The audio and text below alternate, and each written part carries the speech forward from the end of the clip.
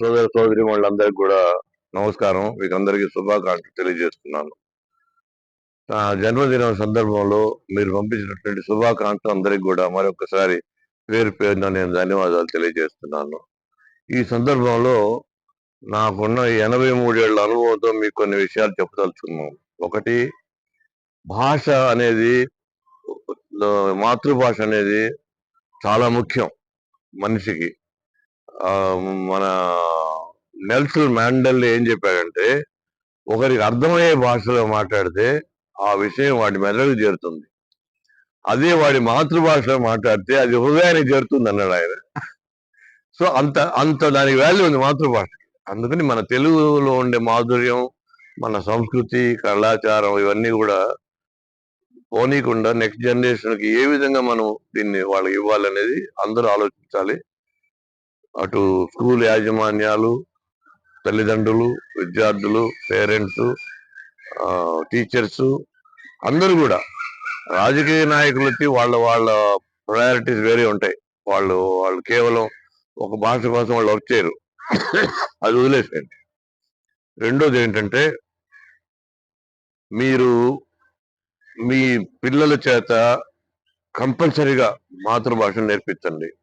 ఇప్పుడు సుప్రీంకోర్టు చట్టం ప్రకారం ఏమొచ్చిందంటే, తమిళ్తో కూడా మీరు మీ మాతృభాష నేర్చుకోవచ్చు అని వచ్చింది.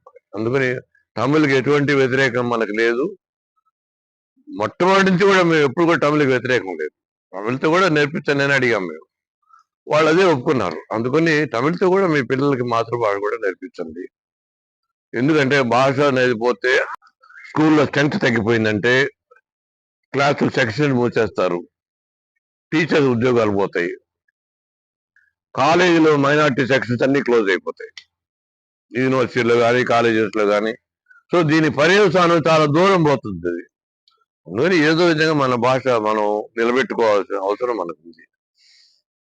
మూడోది ఫైనల్గా ఏంటంటే, సెన్సస్ లో రేపు జనాభా లెక్కలకు వచ్చినప్పుడు మీ పేరు, ఊరు, మాతృభాష కరెక్ట్ గా మీరు ఎంటర్ అయ్యేటట్టు చూడండి. దానికి కొంత వాల్యూ ఉంది. దాన్ని ఏ విధంగా మనం దాన్ని ఒక ఫుల్ ప్రూఫ్ గా ఏ విధంగా చేయాలి అని మేము ఆలోచిస్తున్నాము. దానికి కొన్ని పద్ధతులు ఉన్నాయి. బట్ ముందు మీరు ఎంటర్ చేసేది కరెక్ట్ ఎంటర్ చేయాలి. ఇవన్నీ తర్వాత ఫైనల్ గా ఇప్పుడే అడిగారు ముకుందరావు గారు, మన తెలుగు వాళ్ళలో ఐకమత్యం ఎలా ఉంది అని. నేను చెప్పేది ఏంటంటే, ఐకమత్యం ఉన్నా లేకపోయినా పర్వాలేదు, కానీ ఐకమత్యం లేదనే విషయం అందరికి తెలిసే విధంగా మీరు ఎటువంటి స్టేట్మెంట్లు ఇవ్వద్దు. అట్లా ఏదైనా ఉంటే మీరు 4 గోడల మధ్య కూర్చొని డిస్కస్ చేసుకోండి. బయట ప్రపంచానికి మనకు ఐకమత్యం ఉన్నట్టుగానే తెలిస్తేనే మనకు మర్యాద, లేకపోతే మనకు మర్యాద లేదు.